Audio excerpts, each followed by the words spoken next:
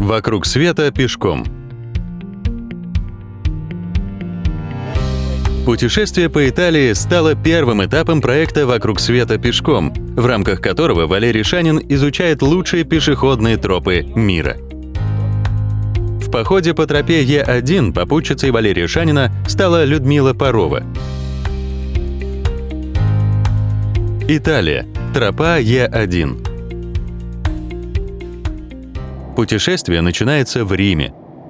Именно здесь находится крупнейший в Италии международный аэропорт. Праздник тела и крови Христовых, или по-итальянски «Корпус Кристи», отмечается ежегодно в четверг после Троицы. В 2015 году этот день выпал на 4 июня. Праздник Священной Евхаристии или Таинства Причащения празднуется во всех католических церквях и храмах, начиная с XIII века. Специальной буллой Папы Римского каждому, кто принимает в нем участие, дается индульгенция, поэтому здесь так много народу. Отличительная особенность этого праздника состоит в том, что он проходит не внутри церковных стен. Вернее, не только там. По улицам города идет торжественная процессия со святыми дарами. Возглавляют ее священники. За каждым следуют прихожане. А потом и вообще все, кто захочет. Все в церкви Санта-Мария-Маджоре.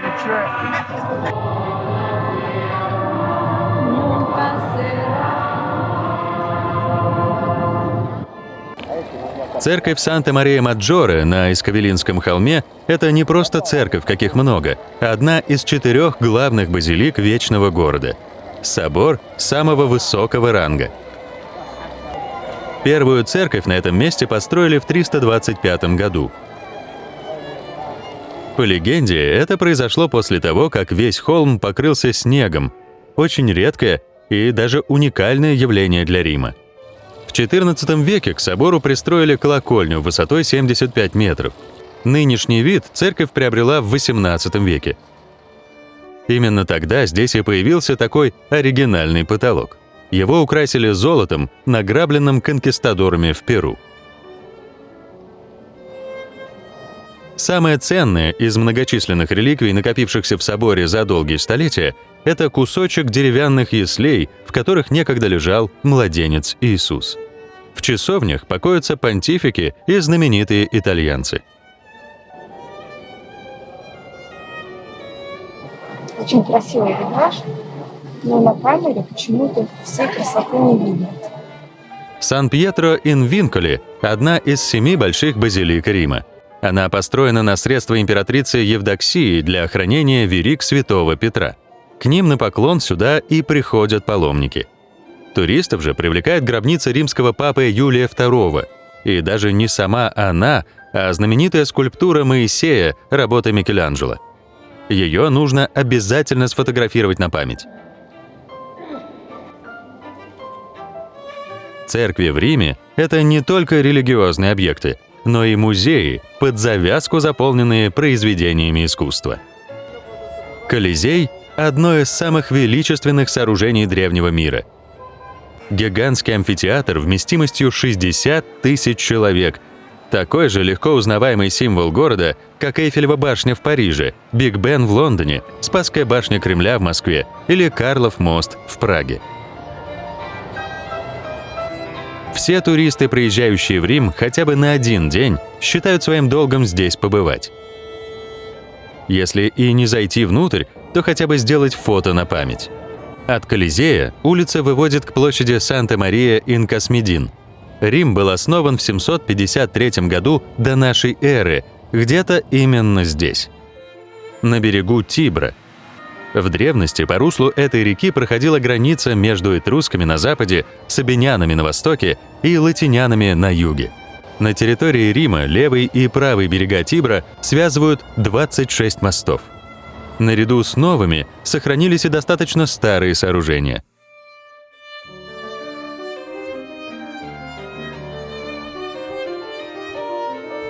Небольшой островок Тиберина с высоты птичьего полета похож на рыбацкую лодку. В античные времена здесь были храмы, посвященные Эскулапу, Юпитеру, Фавну и другим римским богам. Христиане все их снесли, а на освободившемся месте построили базилику в честь Адальберта Парижского. Это уже не Рим и даже не Италия, а отдельное независимое государство, пусть и миниатюрное – Ватикан. Собор Святого Петра – это самая большая в мире католическая церковь. Стоит на том месте, где по старинным преданиям был захоронен Святой Петр. Во время крупных религиозных праздников в соборе и на прилегающей к нему площади могут уместиться до 460 тысяч прихожан. Но и в обычные дни здесь всегда многолюдно. Сюда стекаются католики со всего мира, ну и, конечно, любопытные туристы. Народу так много, что в собор попасть непросто. Нужно отстоять многочасовую очередь и пройти через зону контроля, как в международных аэропортах. Самые набожные католики или особо упертые туристы, конечно, готовы все претерпеть. Для остальных Ватикан — это площадь с фонтанами. На нее пускают свободно. Замок Ангела или Кастель Сан-Анджело изначально был мавзолеем императора Адриана и членов его семьи. Но в средние века римские папы его перестроили и превратили в неприступную крепость. В смутные времена они прятались в ней от народного гнева. А бунты в Риме случались с удивительной регулярностью. Позднее здесь была тюрьма, а сейчас внутри музей. Мост Святого Ангела построили в то же время, что и мавзолей Адриана, во II веке нашей эры. Так, он с тех пор и стоит без капремонта. Только в XVI веке его немного облагородили, поставили статуи святых Петра и Павла, а еще позднее добавили и 10 ангелов. В период правления императора Юлия Цезаря на месте нынешней площади Навона был стадион, вмещавший 15 тысяч зрителей. Здесь проводились соревнования по бегу, метанию диска, кулачные бои. В аркаде на первом этаже находились лавки, мастерские ремесленников и бордели. В один из этих борделей отправили христианку Агнессу. На месте ее мученичества в XII веке построили церковь.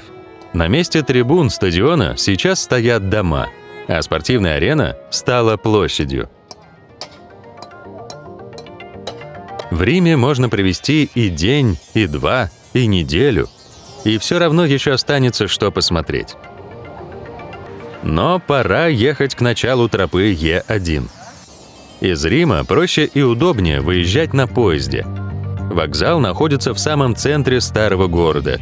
До него легко дойти пешком. Примерно 55 минут ехать. Посмотрим, какую станцию будем проезжать, там и выйдем.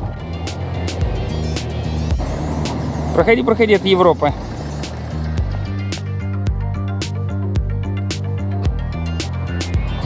Попали мы на неудобное место. Здесь такой треугольник, соединяются две дороги. Это основное шоссе, а это выезд из деревни в Родионе.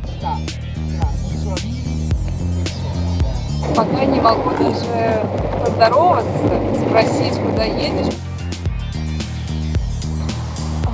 Ты ее попробуй хотя бы одну вначале.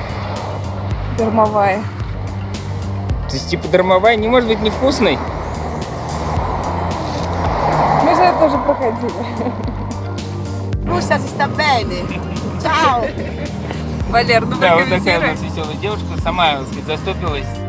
Городок Камполи-Апеннино построен вокруг гигантского карстового провала, почти правильной полукруглой формы. Места на гребне холма мало, застройка очень плотная. Очень узкие улочки. Каменные дома стоят здесь со средних веков. Их только чуть-чуть облагородили. Всего 30 лет назад здесь не было ни водопровода, ни канализации.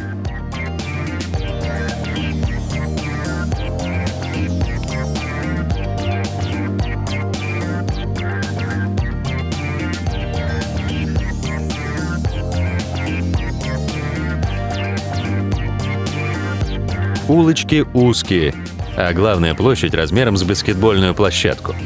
Зато живут здесь с потрясающим видом на лежащую внизу равнину.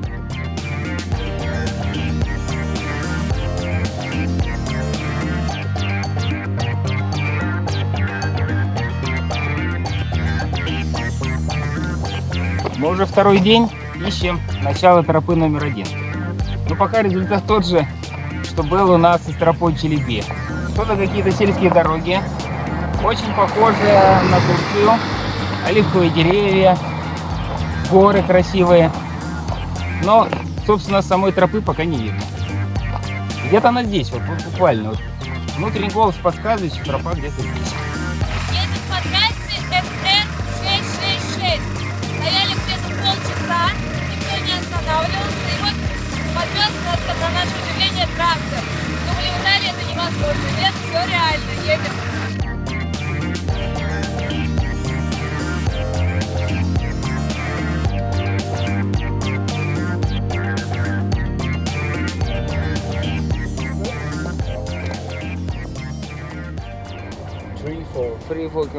Окей. Уютный средневековый городок Опи включен в престижный список самых красивых поселений Италии.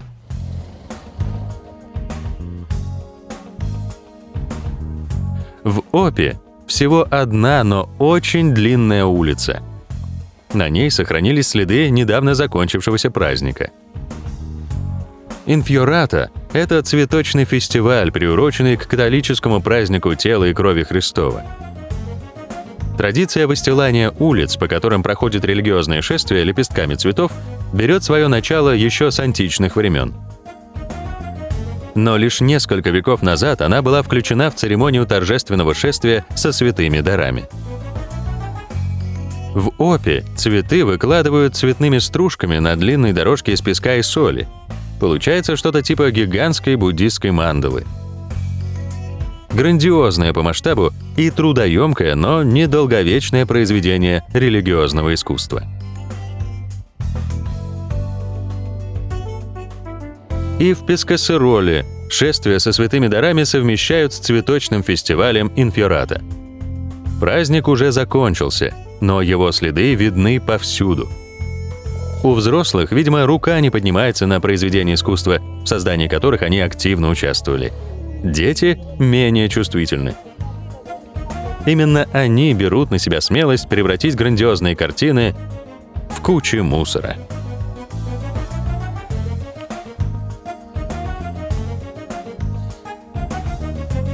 Первая крепость появилась здесь еще до римлян, а в средние века над городом возвышался величественный замок Кастель-Манчино, резиденция графов Челано.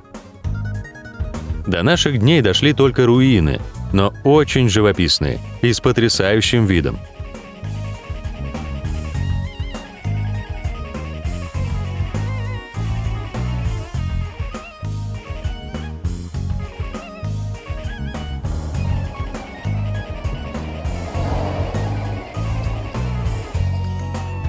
Приходская церковь Святого Павла была основана в XII веке, но неоднократно реставрировалась.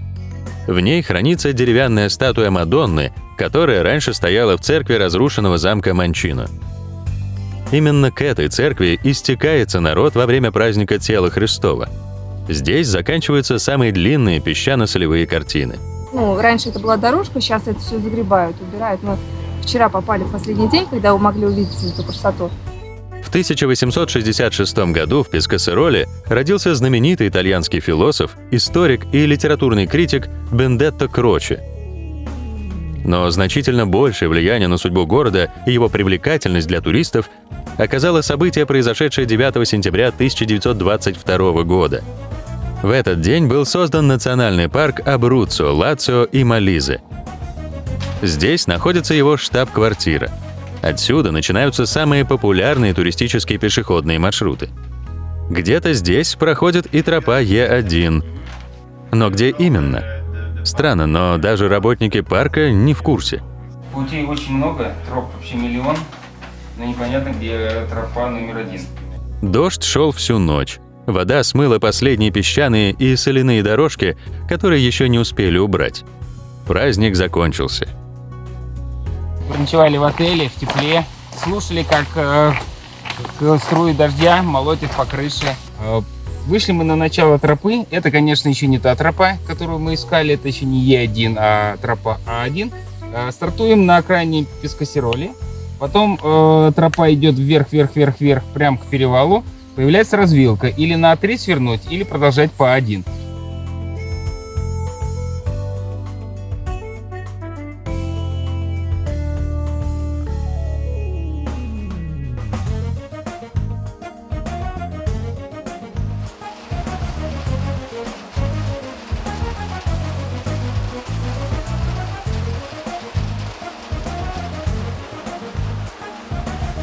Ходят из палатки, приходится вот так вот защищаться и придумать свою собственную палатку. Ну, так вот теплее немножечко.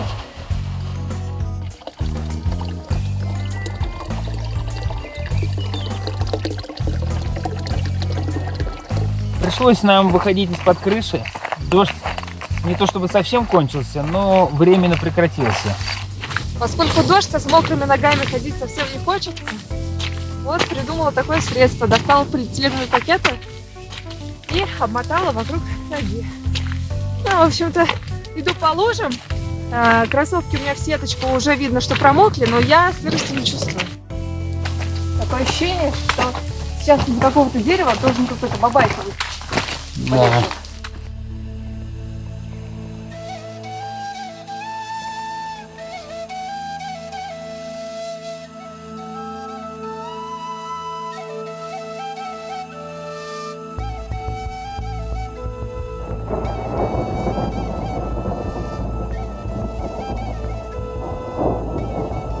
Все-таки ливень нас настиг врасплох.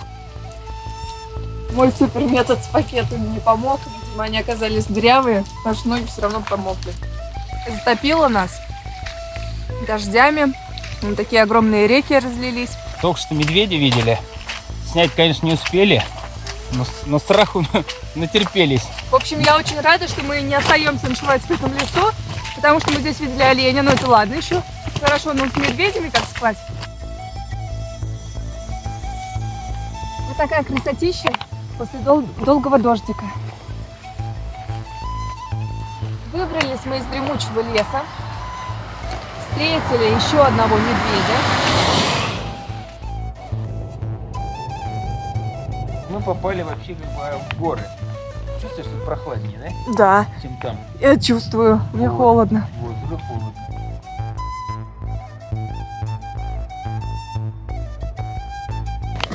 Куда лезешь? Лезу. Осторожней, яма под ногами. Какую-то остановку бетонную недостроенную. Осторожней, там яма под ногами, едешь? Короче, будем тут ночевать на бетоне. На бетоне со стенами все-таки лучше, чем в мокрой траве. Город Рокко-ди-Меззо был основан как военное поселение еще в средние века. Но когда именно, никто не знает.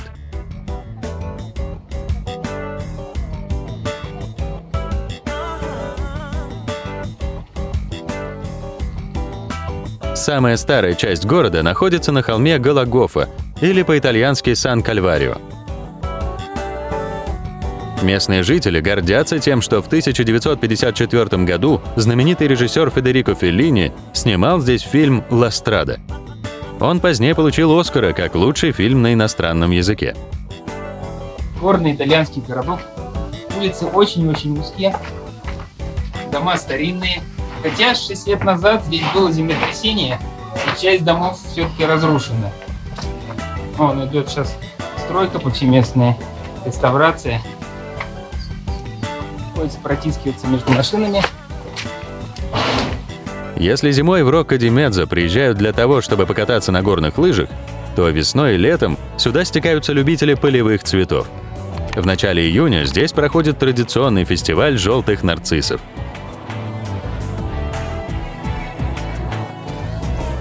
После вчерашнего дождя я вымочила все свои кроссовки. Просто можно было воду выжимать.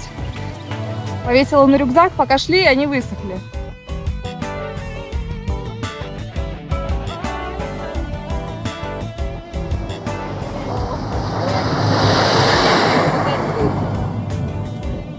Короче, Ёк-макарёк. Еще бы чуть-чуть, у меня был бы тепловой удар. вот палатка, например. 2 секунды. Палатку успешно приобрели. Нашли супер оптимальную палатку за 20 евро. Едем на озеро. Будем купаться. Вау.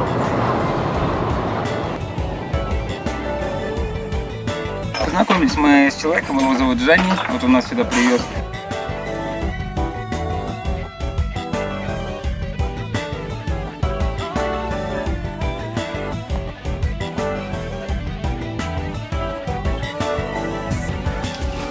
Ну вот. На что только не пойдешь ради хорошей фотографии. Укололся.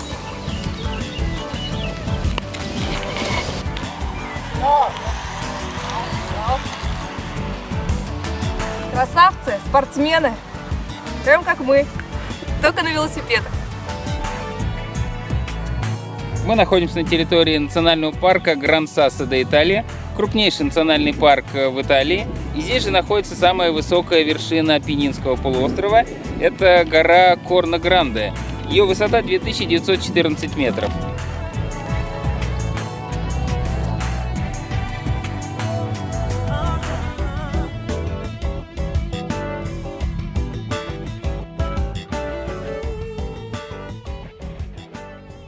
После того, как промокли, в национальном парке Абруццо поехали и купили себе палатку. Вот теперь пошел дождь, и мы, как белые люди, разложили ее. Гремит гром, сверкают молнии, а мы себе спокойненько в уюте, в комфорте вот, книжку читаем. Сейчас мы идем по дороге вдоль лага ди Кампотоста. Где-то недалеко уже перед нами будет Погио Кончелли.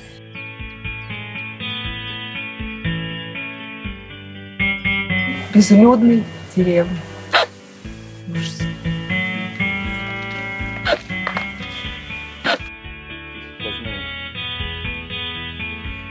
Едем смотреть каньон, который находится где-то в районе Челана, в городе, где зародилась мафия, настоящая итальянская мафия.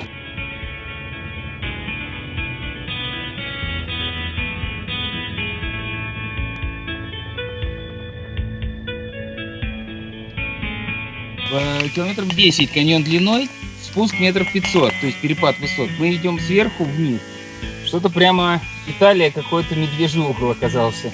Кто бы мог подумать. Вроде приличная европейская страна. Я тоже думала, что медведи это чисто вот в России должны быть, а нет, сплошные мишки в Италии. Пошли.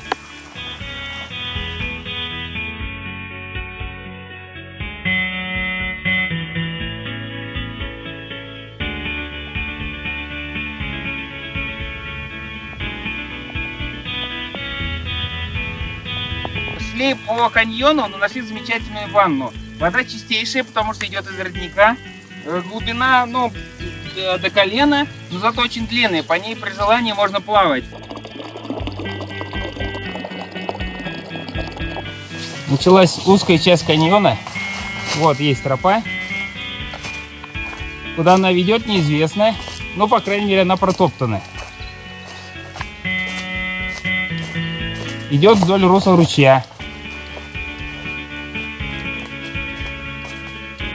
Совсем сбили с тропы. Идем непонятно где. Интересно, вот что они имели в виду? Что это вот такое за две стрелки? Каньон Челана оказался место страшно запутанное. Мы уже 3 раза пытались найти правильную тропу. Уже даже вроде что-то нашли. Но такое ощущение, что мы ходим кругами. И скорее всего мы опять выйдем к тому же месту, с которого начинали. Вернулись на то же место, откуда стартовали. Смотри, есть тут медведи.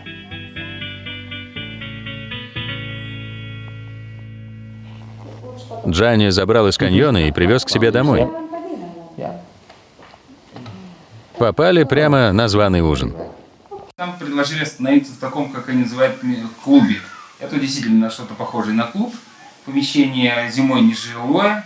Но вот поставили кровати. Местный туристический маршрут для конных прогулок – один из самых длинных в Европе. Его общая протяженность около 150 километров. Он начинается здесь и ведет в горы Гран-Сассо, к самым высоким вершинам Апеннинского полуострова. На этой карте изображен конный маршрут. По нему, конечно, можно пройти и пешком. Он начинается в Риете, пересекает горы и долины, проходит мимо озер на территории нацпарка Гран-Сассо. Следующий этап нам предстоит. И отсюда мы собираемся переехать в следующий национальный парк, чуть севернее находится. Это национальный парк Монти-Сиблини. This north, this is Umbria. Это вот нам распечатали тропа Е1, как проходит в Умбрию. Стартовали мы автостопом в сторону Норчи. Near Norcia, 30 километров. Дождь. Мокро, сыро.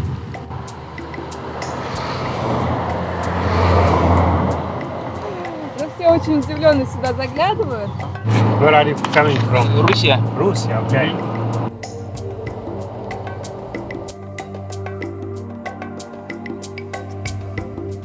Ну что, ждем свою следующую попутку. Какие-то нам потрясающе хорошие люди попадаются.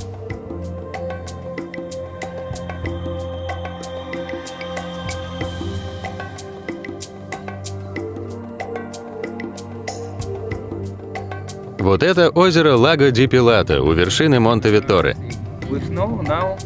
Сейчас там тоже снег?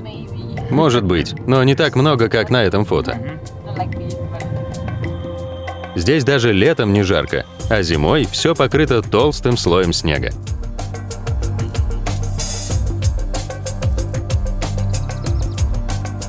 Город Кастелючо расположен на каменистом холме высотой 1452 метра над уровнем моря. Это самое высокое поселение в Апеннинах. Чуть ниже, на высоте 1270 метров, раскинулось плато Плано-Гранде. Город официально основан в XIII веке, но люди жили здесь уже во времена Римской империи. Мы находимся в Италии, в прекрасном городе Кастелуччо. Правильно? Правильно. Правильно. За нами гора высотой более 2900 метров с гаком. А мы сейчас стоим, вот здесь стоим, на высоте 2504 метра. Здесь очень красиво, но довольно-таки прохладно. Самое интересное в этом месте это то, что именно здесь начинается наша тропа, европейская тропа номер 1. Если мы ее найдем, конечно. Ну, найдем. Разве было такое, чтобы когда-то с тобой чего-то не находили? Не было. Челеби не в счет. Да, обязательно найдем. Пошли искать? Пошли. Пошли.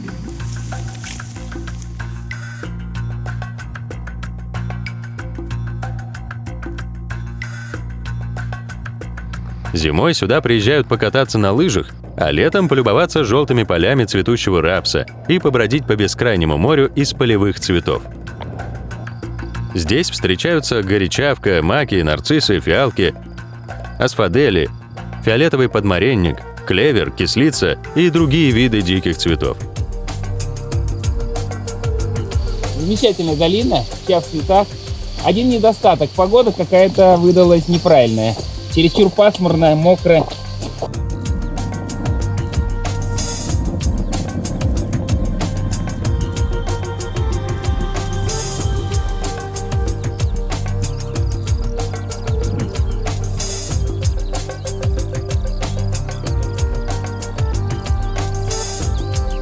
Дорога такая глухая, что машин нет ни в ту, ни в другую сторону. Поэтому идти можно прямо посередине дороги, никому не мешая. Мы попали в маленький средневековый городок Кастеланджело. Кроме самого замка, здесь еще церковь, маленькие кривые улочки. До наших дней сохранились стены 15 века и общий облик типичного итальянского средневекового городка с узкими мощеными улицами и покосившимися от старости каменными домами.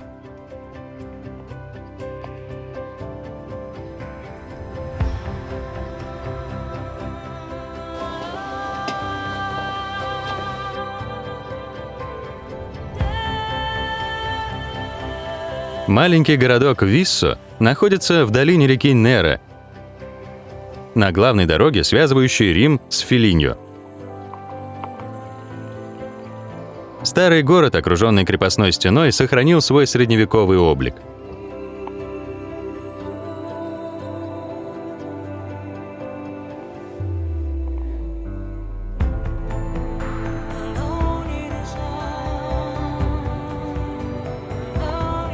центре, на площади мучеников, сохранилась коллегиальная церковь Святой Марии. Ее основали в XII веке, а затем неоднократно перестраивали и реставрировали.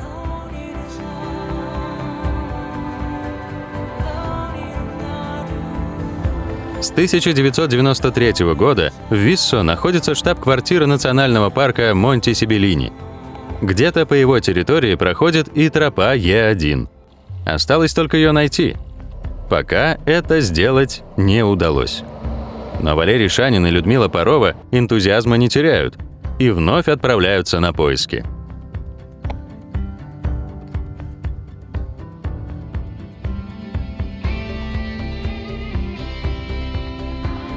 Человек согласился нас подвести до церкви. Санктуарио Мадонна ди Мачерето было основано в XIV веке. Монастырь сейчас не действует, а церковь открывают только по самым большим праздникам. Здесь проходит один из пеших туристических маршрутов. К сожалению, это не тропа Е1. Черешня на завтрак. Если на самый верх и за самый вкусный. На самом деле, как-то не очень. И растопыришься. Так, быстренько перекусить, побежать дальше. Национальный парк Монте-Сибеллини, название которого можно перевести как «Парк таинственных гор», был создан в 1993 году на территории в 70 тысяч гектаров в итальянских регионах Умбрия и Марке. Здесь есть горы высотой свыше 2 километров.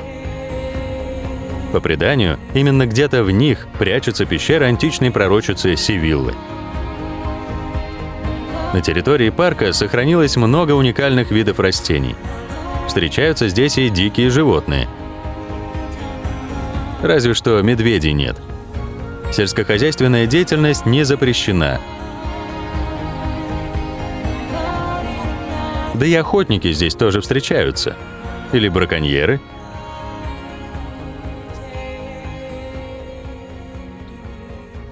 Который уже второй день на черешне и на вишне. Прям фруктовая диета. Город Фиастра маленький и провинциальный.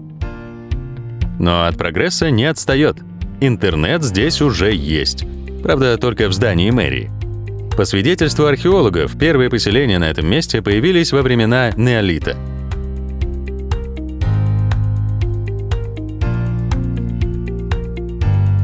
В XI веке на холме Святого Павла построили крепость Каструм-Фластрае, окруженную высокой каменной стеной с 7 башнями.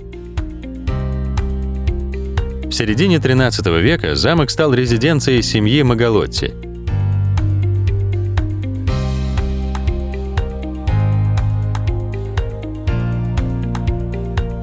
Церковь апостола Павла основана одновременно со строительством замка. В XIX веке ее разрушило землетрясением. Нынешнее здание построено из добытых на руинах камней. Озеро Фиастра искусственное. Оно возникло после того, как реку перегородили высокой дамбой. Поэтому берега здесь не пологие, а крутые. Купаться не очень удобно, да и ровное место для палатки найти трудно.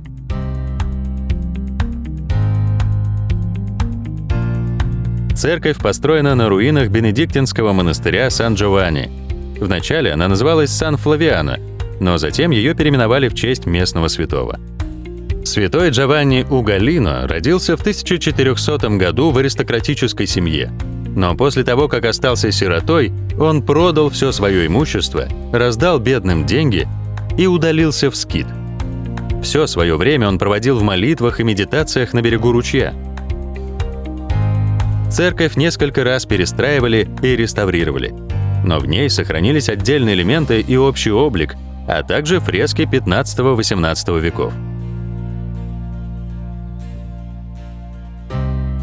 Пришлось лезть на дерево за очень крупной черешней.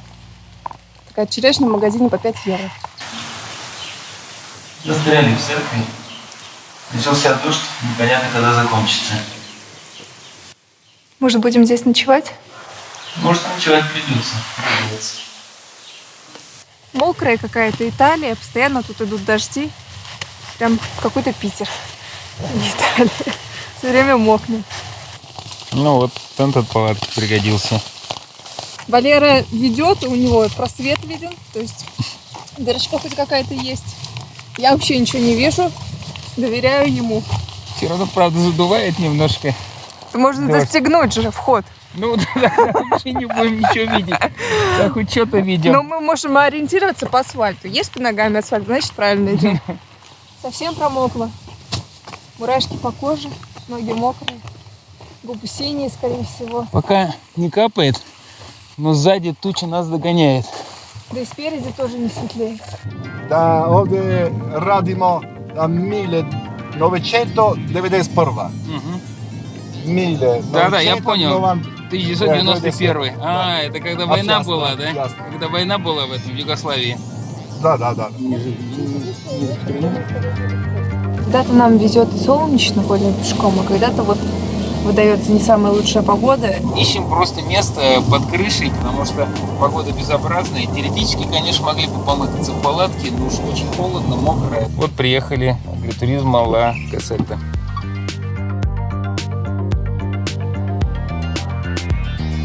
Святой Иларио? Да, Святой Иларион. Санта Иларио. Да, Святой Иларион. Ну, у нас сроки, нам надо на море, срочно. Срочно на море. Умчали. В церкви все потом. Так вроде наелись уже черешни, куда столько? Я причем даже переела. Ну, зачем тебе лезть? Нехорошо. Для тебя. Стараюсь не облажаться.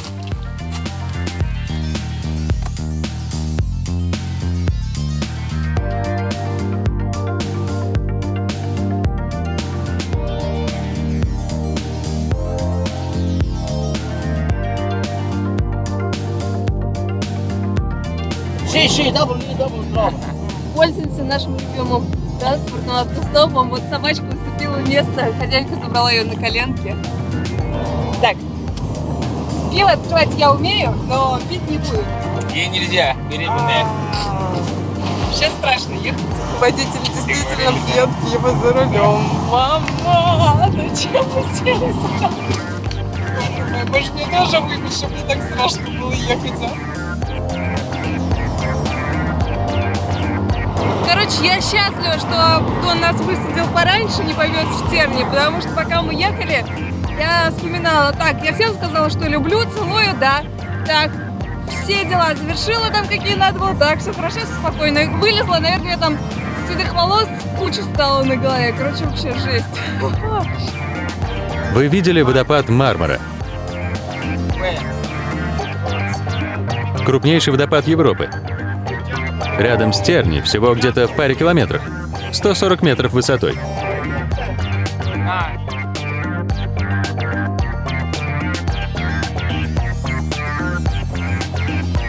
Вот так случайно нас привезли водопадом. Прекрасные струящиеся водопады, как в фото небес. Недалеко от города Терни.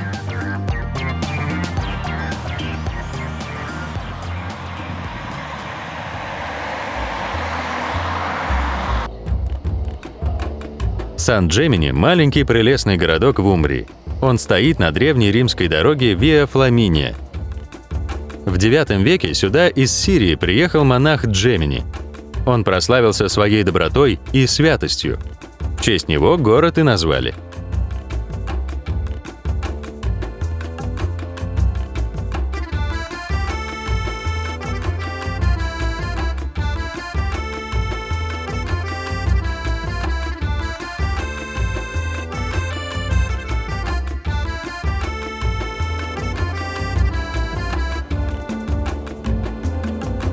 Сан-Джемини – маленький городок, но он входит в число самых красивых средневековых городков Италии. С веранды открывается прекрасный вид на долину Терни. Здесь место, где можно реально отдохнуть. В тихой, спокойной, умиротворяющей атмосфере. Отель, значит, этот раньше был монастырем. Переделали под отель, очень приличный отель. Завтра здесь ассортимент, в общем-то, разнообразный, но, на мой взгляд, не совсем здоровый завтрак. Нету яичек, нету кашек, но зато вот на выборе есть различные йогурты,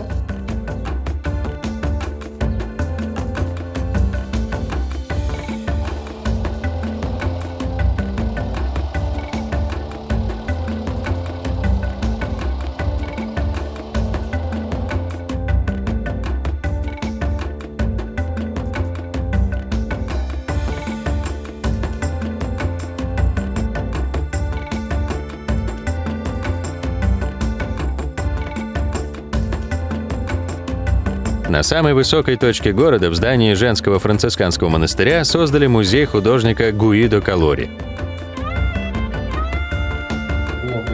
Монастырь построен в XVI веке. Несколько лет назад сюда привезли работы знаменитого скульптора, родившегося в Риме. В 4 залах музея собраны скульптуры и карандашные наброски художника Гуидо Калори, перевезенные сюда из его мастерской в Риме.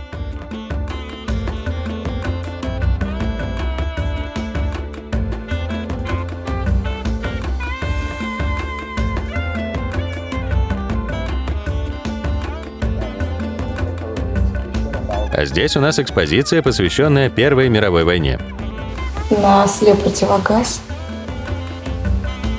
Собаки подрывные. Позитивная девушка. В этой крутой машине остановилась. И мы уже хотели идти пешком на самом деле.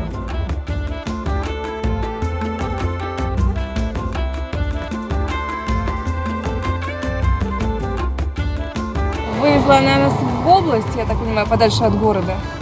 А здесь приехать должен быть лучше. Чем дальше от города, тем больше встречается отзывчивых людей.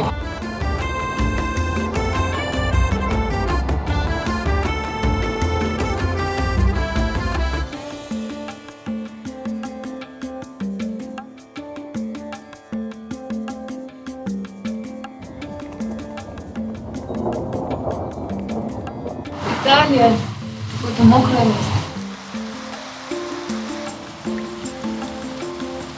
Просветлело, дождик стал поменьше чуть-чуть, сзади наступает серая туча. Решили все-таки пойти. Надеемся, что дождь будет дуть в ту сторону и отгонит эту серую тучу. Оптимисты, одним словом. Что? Значит, правило автостопа обязательно надо пообщаться с водителем, рассказать о себе, кто мы, откуда мы. В Италии сейчас очень тяжелая экономическая ситуация. Да. И в России тоже. В России? В России очень много денег. У вас очень хороший президент, Путин. Я его уважаю.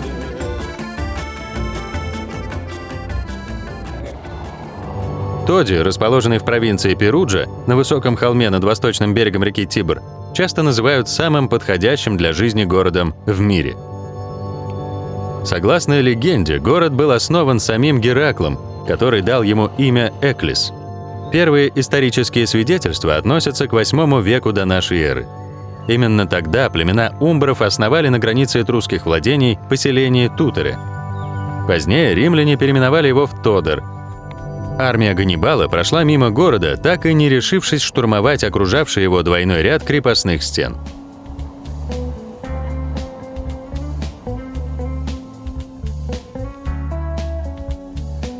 В 649 году здесь родился римский папа Мартин I, высоко почитающийся как католической, так и православной церковью. Сегодня Тоди – это один из самых популярных туристических городков Умбрии. Практически все его средневековые памятники – Кафедральный собор, Палаццо дель Капитано, Палаццо дель Приори и Палаццо дель Пополо – выходят на главную городскую площадь. Готический кафедральный собор Тоди был построен в XI веке на фундаменте античного храма Аполлона. Во время строительства была найдена бронзовая статуя Марса, до сих пор хранящаяся в музеях Ватикана.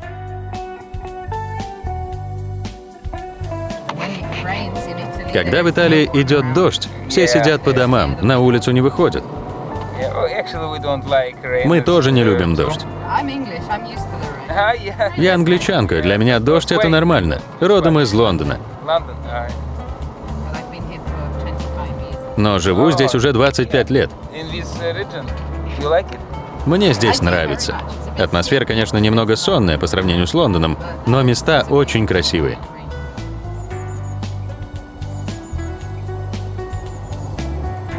Мокрый немножко. Да я понимаю, откуда у тебя эти 20 евро, Олег? В траве нашел мокрый. Кто-то потерял ночью, похоже. Дорога глухая, но машины периодически встречаются. Нет, пешком забиты. Да. А недостаток то, что сегодня воскресенье. А машин, в принципе, меньше на дороге, чем в обычный будний день. И плюс люди обычно едут семьями, вот как сейчас мы наблюдаем. Машины забиты битком. Придется идти пешком. Самим. Пешком. Что пешком? Ну, ты уж сильно не преувеличивай. О, отлично. У нас какой-то сегодня странный автостоп. Как только мы решаемся пройтись пешком, уже думаем, все, теряем все надежды, что никто не ловится, место не рыбное. Одеваем на себя рюкзаки, последний раз палец вверх, останавливается машина. Просто потрясающе. Водитель довез до городка Пительяна, хотя изначально он и не собирался сюда ехать.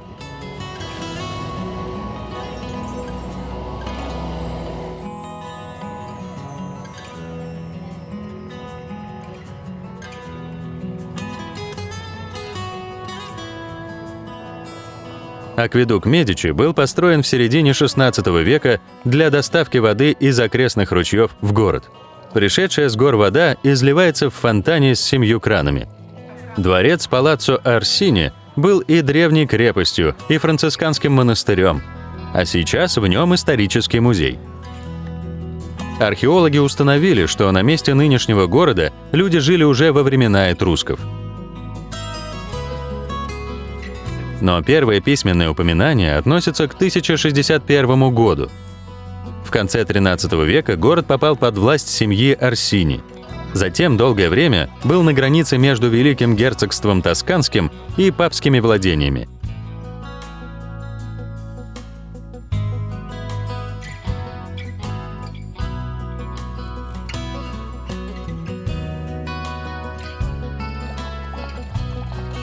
Сюда бежали от гонений в Риме евреи. В середине XVI века в городе возник еврейский квартал. Его называли «Маленький Иерусалим». Евреи здесь мирно жили по соседству с христианами вплоть до установления фашистской диктатуры Муссолини. Еврейский квартал сохранился до наших дней, но евреи здесь уже не живут.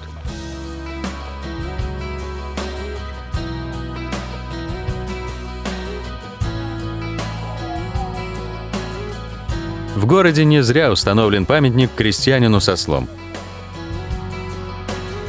Пительяно находится в центре обширного сельскохозяйственного региона. Здесь выращивают виноград и оливковые деревья, сеют пшеницу и создают пчелиные пасеки. Собирают фрукты и трюфели. Магазины специализируются на продаже местных экологически чистых продуктов. В большом почете вино. В торговом зале его выставляют как картины в музее, с поясняющими табличками. А хранят в специальных винных подвалах. Уже этруски знали, что выдержка вина в погребах, вырытых в туфовых почвах, замедляет ферментацию и придает напитку приятный сладкий вкус. Впрочем, здесь есть не только вино, но и виноградная водка, граппа, и мед, и оливковое масло, и приправы, и соусы, и макароны, и спагетти, и варенье, и джемы. Все, что выращено, собрано и переработано в окрестных деревнях и на фермах.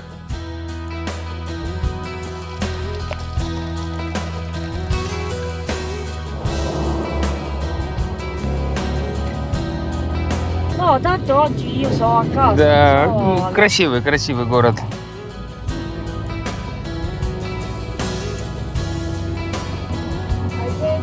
Я всю жизнь проработала на телевидении и радио, но это все уже в прошлом.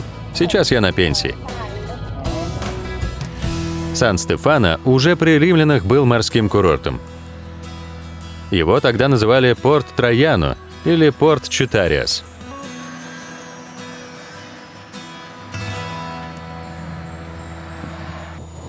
Where is we now? You are here now. You are exactly. Здесь, да? Yeah. И нам нужно вот Раз. вокруг... If you go to the road over there. Нам, грубо говоря, до первого пляжа.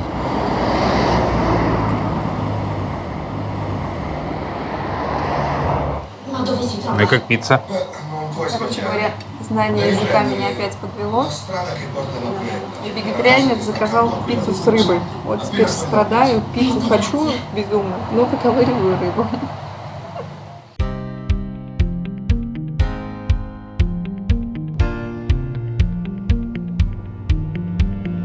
Интересно так голосовать? Ну, в общем, да, весело, народ необычно реагирует, то есть не каждый день встретишь таких попутчиков, которые с табличками стоят и, в общем-то, вылавливают машину в нужном направлении. На самом деле солнце очень сильно печет полуденно, и мне вот эта вот рука уже ожарила. Я не знаю, сколько это.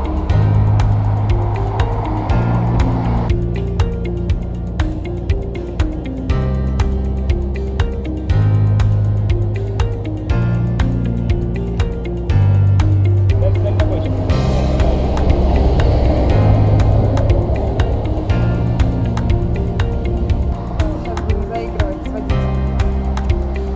Нет! Поехали туда! Нет! Говорит, в другую сторону едем. Да, правильно. Мог бы и передумать. Автостоп на автостраде не заладился. Вновь вернулись на железную дорогу. Приехал поезд двухэтажный, мы забрались на второй этаж. Первый раз едем на втором этаже. Путешествие по Италии заканчивается. Тропу Е1 найти не удалось. Однако это не повод расстраиваться. Валерий Шанин и Людмила Парова оптимизма не теряют и отправляются во Францию на поиски тропы Святого Иакова. Проект «Вокруг света пешком» продолжается.